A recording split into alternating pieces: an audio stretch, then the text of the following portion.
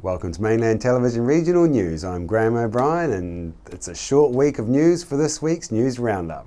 And in today's bulletin, 2 men have been charged for wasting police time and resources, violent robber to face charges, rescue service under pressure and much more. A police operation kicked in on Wednesday this week after 2 French tourists staying in the Motueka area laid a complaint to police about being robbed. A large number of police, including Motueka officers, dog handlers and CIB staff from Nelson responded to a report about 4 p.m. on Wednesday. However, Detective Senior Sergeant Craig Johnston said that after police had interviewed the pair and completed inquiries around the alleged scene, they established there had not been a robbery and the men were forced to admit the story was a work of fiction. Police have said that it's hugely disappointing to have wasted so many man-hours responding to this fictitious call, as matters of this nature are taken very seriously. Genuine victims ultimately miss out when police resources are diverted in this way to what turned out to be a complete waste of police time. The 2 French men, both aged 20, have now been arrested in Motueka for making a false statement to police and may face charges. And a follow-up story of the injured German tourist who was violently attacked and robbed earlier this week in central Nelson. Nelson police have now charged an 18-year-old Nelson man with aggravated robbery following the incident early on Wednesday morning. He will appear in the Nelson District Court on charges. Some property belonging to the victim has now been recovered and police are still trying to locate a second person involved in the incident. Anyone with information should call Nelson Police. We also reported this week that the Nelson Tasman Rescue Helicopter had a record amount of call-outs last year and have just completed a record month of rescues since the service first began. We went to the helicopter base at Nelson Airport to discover the crew were out attending to a large forest fire in Marlborough north of Blenheim, making up a total of 9 helicopters and 2 fixed-wing aircraft which are fighting the blaze with over 50 rural and urban ground personnel. A further 2 Iroquois helicopters are being flown in from Taranaki with a 15,000 litre water capacity. Crew are on the ground with heavy tankers and bulldozers. Meanwhile, motorists are being advised to avoid the area as burning trees fall on the road, with those driving from Nelson to Blenheim urged to take an alternative route through the Wairau Valley and St Arnaud. The fire began without warning before midnight Wednesday on forestry land owned by Nelson Forests Limited and has burned through about 150 hectares of forest and could take days if not weeks to extinguish. I spoke with Paula Muddle from the Nelson Marlborough Rescue Helicopter Service about the increase in call-outs. I asked her what sort of pressure that this has put on service resources. Paula, you had a record year last year, you've got a record month so far this year. I mean, this must affect the crews and the funds. Can you tell us a little bit more about this? Well, last year we actually did 460 missions. That was a 28% increase on 2013. We've started 2015 with a hiss and a roar, 64 missions, so that's a record month. One would think that it would become self-funding, but actually we just need more funding for crew. It's just more hours, more jobs. And can you tell us a bit more about your sponsors? We know you have some corporate sponsors, you get money from ACC, some from the people generously donating. Can you tell us a little bit more about how hard it is? Yeah, unfortunately we rely quite heavily on gaming machine trusts. The money's there, so we do get a lot of grants. I'm very lucky with New Zealand Community Trust, have supported us for the last 23 years. Pub charity, air rescue services. Then we have a corporate friends program, so really you can come on as a bronze sponsor from $50 a month. We've got quite a lot of support there. All those little businesses do add up to be quite a significant amount. We've got the likes of Nelson Pine that have just been on board since day one, which is fantastic. We need that ongoing support. We do obviously love people just giving us donations, and a lot of service groups really get out there and do a lot for us and come up with equipment grants and things. I mean, it must cost a lot to train up these pilots and these medic crews. How much off the top of your head? Oh, it's really hard. One crew member might, to get them up to like a winch operator, you could spend $60,000 in training. We do a lot in the hangar. Obviously, we have to go out and fly, but we do a lot on our winch in the hangar to just save funds. And then we hope that they stay on and that investment is worthwhile. Yeah. How many crew do you actually have? I mean, you must have a main crew and a backup crew. At the moment, we're operating with 2 pilots. They do 4 days on, 4 days off, and 2 and a bit crewmen. We've got a relief crewman that's been helping out over summer, so the guys can actually have some time off and have a bit of rest. These call-outs that you go out to, how do you recoup some of the costs from those?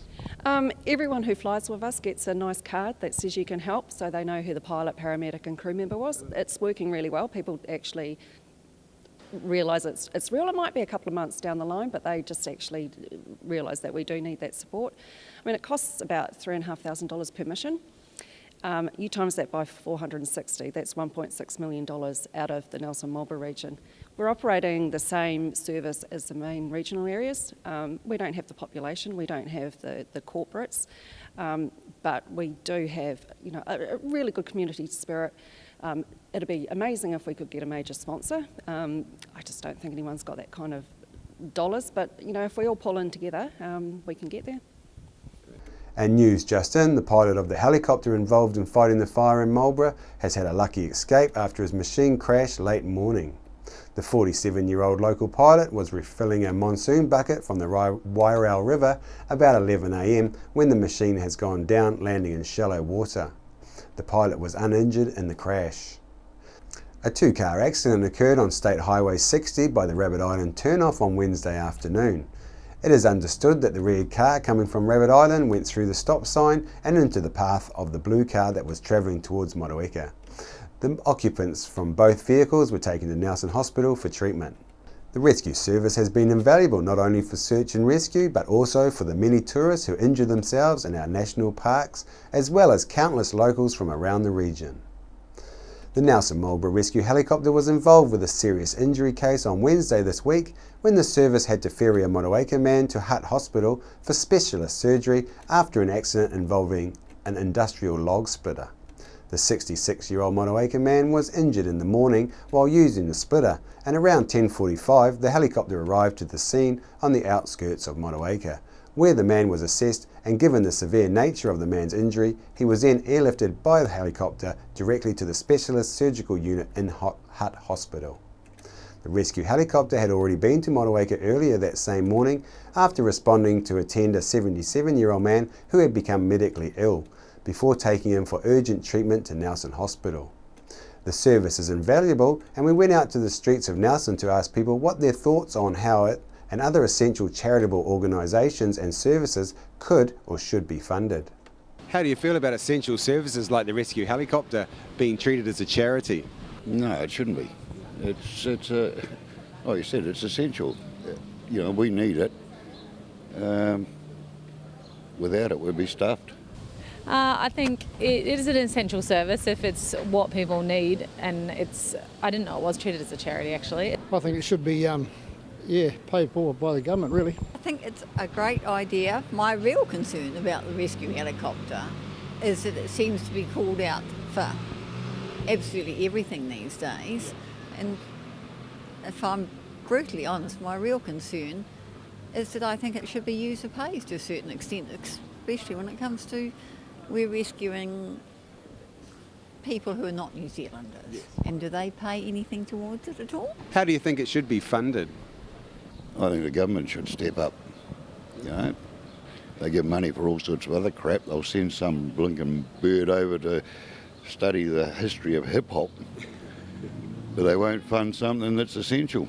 Possibly government funded as well as the public. The public use it. It's a user-pays situation these days, but unfortunately we've got to have it for accidents. Yeah.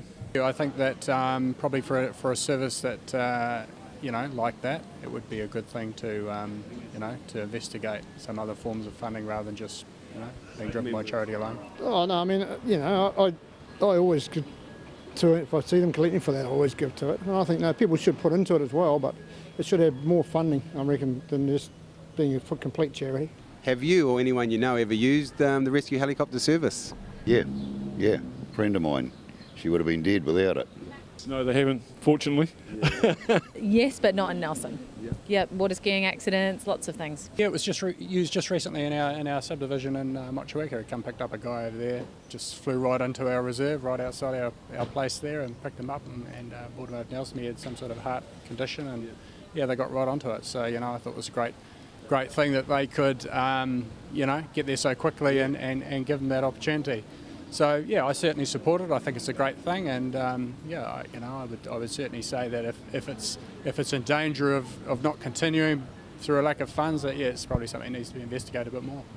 It is expected that 6,000 spectators will be present for each of the 3 ICC Cricket World Cup 2015 matches being played here on Monday the 16th of February, Thursday the 19th of February and Thursday the 5th of March. Final preparations are well underway to make sure Nelson is ready to play host to the teams and spectators from around the world.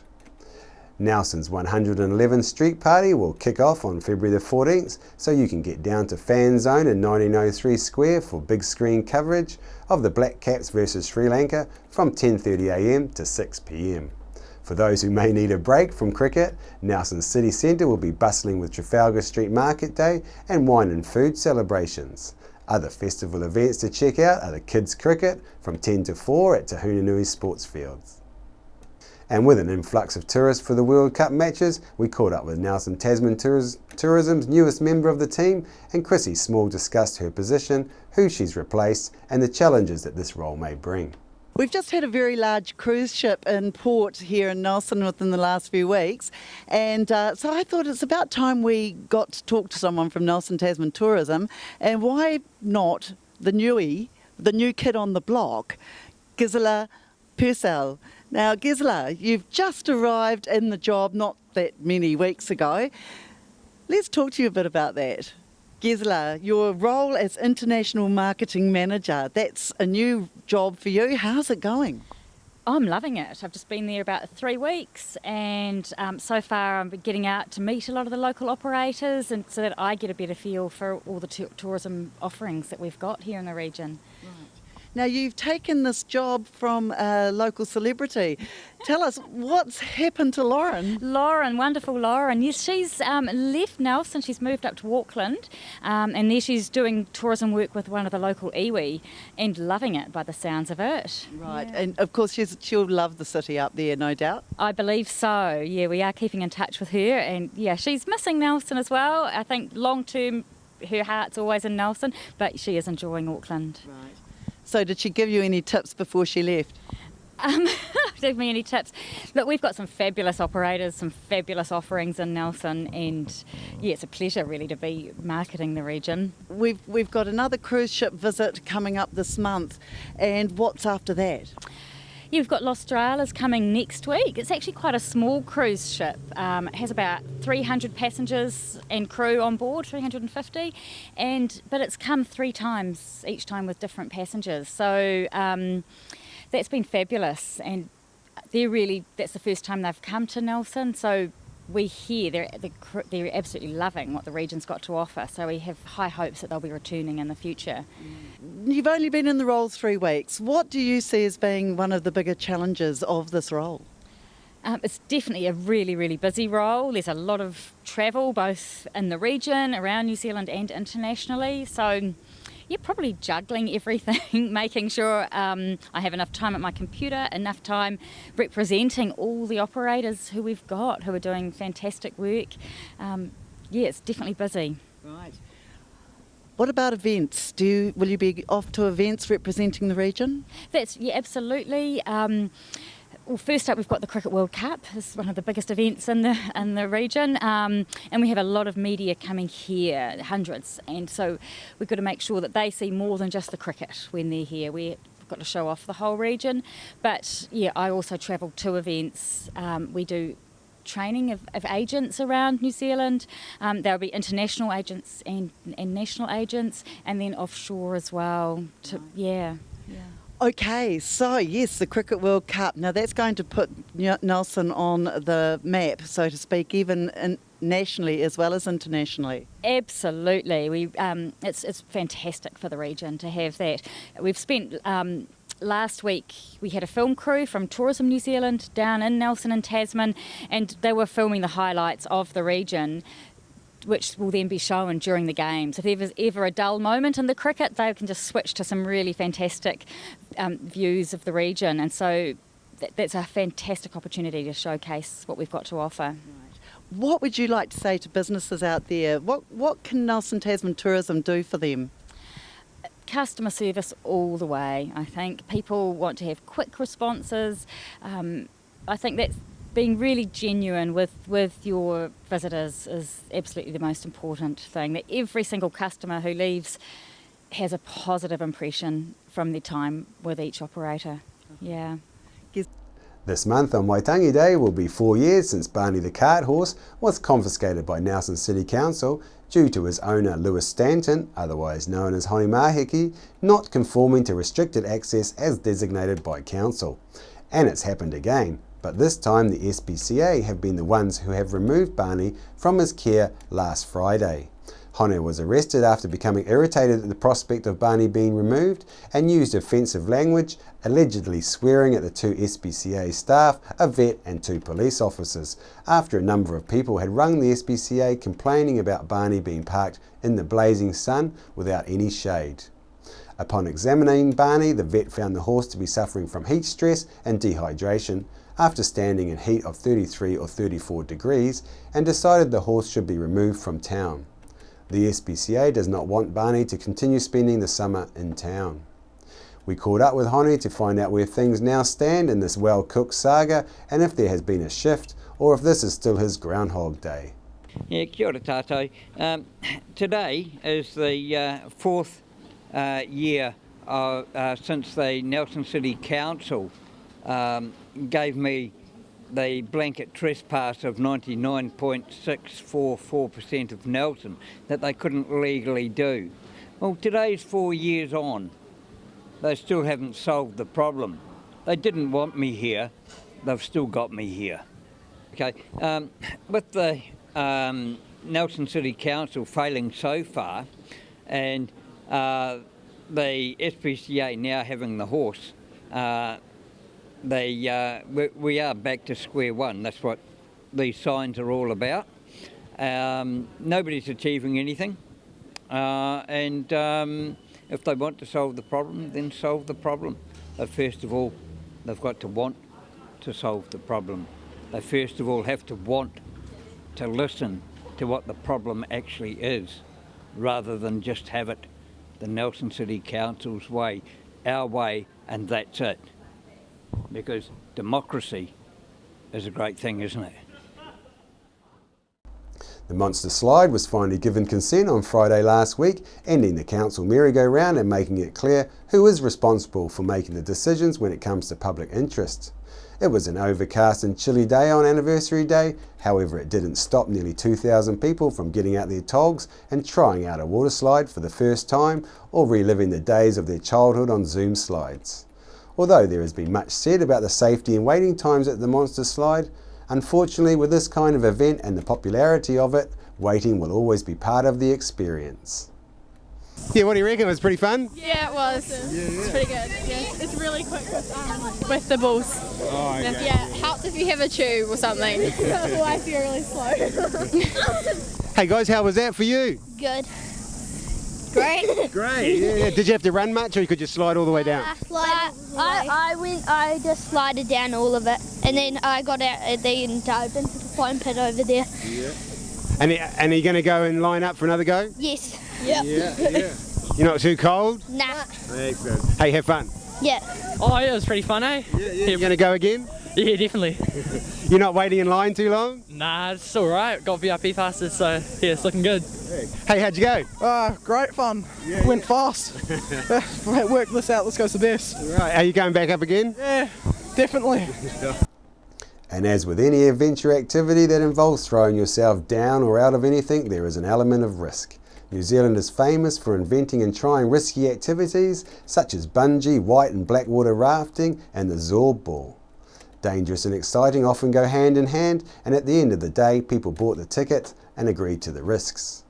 Maybe people need to remember the Kiwi spirit of give it a go and recognise that it has downsides as well, but that is part of the lifestyle that makes many want to move and live here.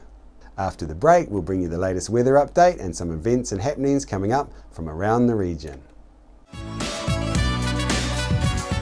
Rats, stoats and possums are killing our native birds and reptiles. You can stop this tragedy. The Brookway Marama Sanctuary is building a pest-proof fence which will allow native wildlife to flourish and spread into our lives. Help us preserve our native wildlife. Your support is needed now. You can personally or as a group sponsor a fence post for as little as $100, including the legacy of a personalised plaque. Go to thebrooksanctuary.org or give us a call. And be part of this exciting community project. The Brookway Marama Sanctuary, returning nature to the Nelson region. Hi, I'm John McMillan at the Nelson Power Tool Centre. We have great prices on all the top quality brands of power tool. Tools and equipment at our showroom, 146 Tahunanui Drive in Nelson. The Nelson Power Tool Centre, the specialists that stand behind and service what we sell. Hi, my name's Ian Mortimer. Mortimer Auto Upholstery is your one-stop shop for all your upholstery needs.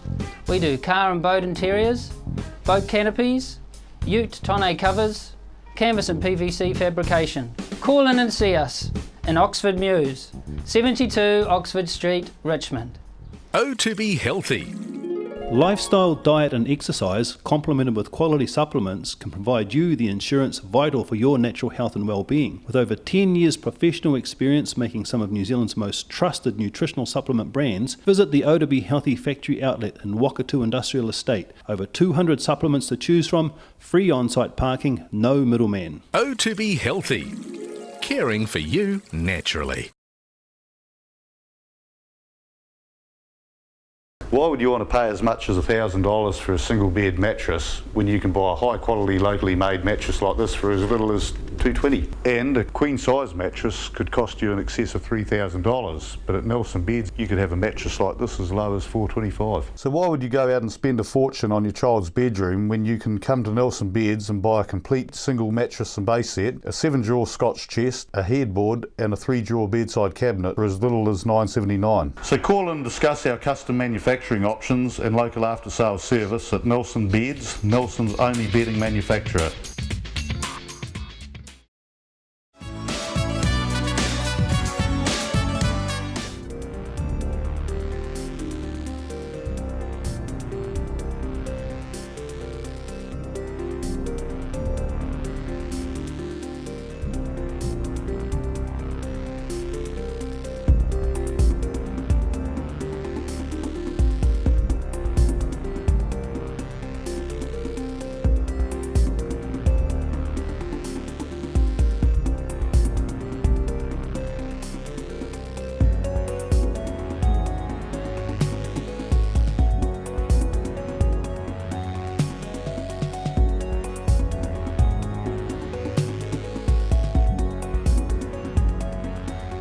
The 2015 Summer Show at Reflections Art Gallery brings together a fresh, exciting collection of works from a selection of artists from Nelson and around New Zealand. Some of the artists include Craig Potton, Katie Gold, Lloyd Harwood, amongst many others. The Summer Show will run from the 13th of January to the 6th of March at the Reflections Art Gallery at the Wow and Classic Cars Museum. They're open daily 10 to 5, and to top off this great event, it's free to visit. Victory 60 Plus is on Tuesdays at 1:30 through to 3:30 p.m. at 238 Upper Vanguard Street. You can join in for cards, games and a cuppa. For more information you can contact Jan on 546 9057 or 027 4577 955. You can find more of our news on Mainland TV Channel 1 at 5:30 p.m, 6:30 p.m, 7:30 p.m and 11 p.m. Also at other times on Mainland Channel 2 and Mainland Channel 3. You can find our TV guide online at www.7-media.net. Sit and Be Fit is on at the Victory Community Centre Tuesdays and Thursdays at 10 a.m. at the Victory Community Church, 238 Upper Vanguard Street. School terms only. Fun while you get fitter, work at your level. For more information, please contact Shirley on 547 1433 or 021 121 8023. On behalf of the team here at Mainland Television News, thank you for joining us, and we'll bring you the latest news and events from around the region again tomorrow.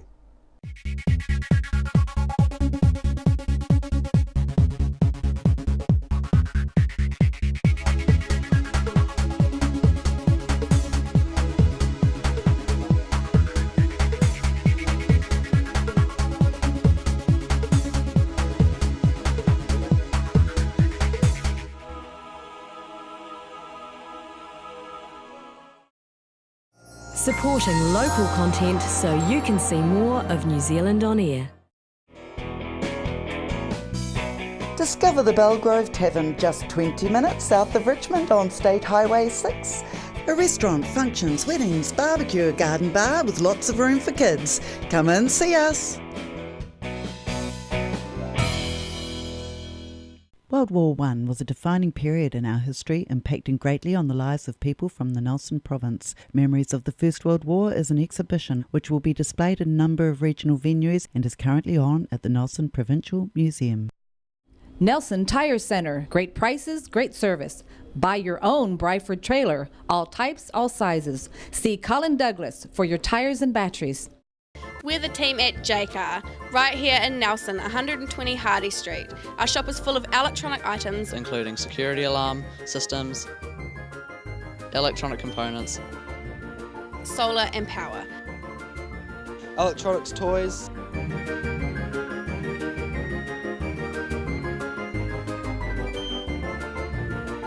sound systems, cables, and much, much more. JCar. 120 Hardy Street, Nelson.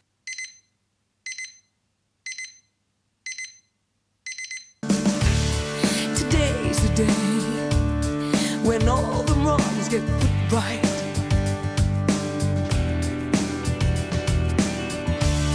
Back in their place when everything was so tight.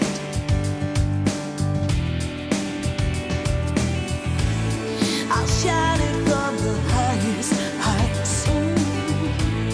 I'll paint it in the sky, then the sun is gonna shine. So I say, have a nice day now. All over the world tonight, your colors are now bright. So have a good day. You lost your way, your life was in black and white.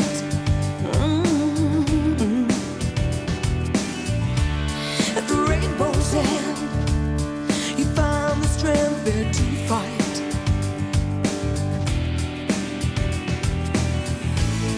I'll shout it from the highest heights. I'll paint it in the sky, then the sun is gonna shine. So I say, have a nice day now. Yeah. All over the world tonight, your colors are now bright. So have a good day. So I say, have a nice day now. Yeah. All over the world tonight, your colors are now bright. So have a good day. You can fly. You can fly. Fly.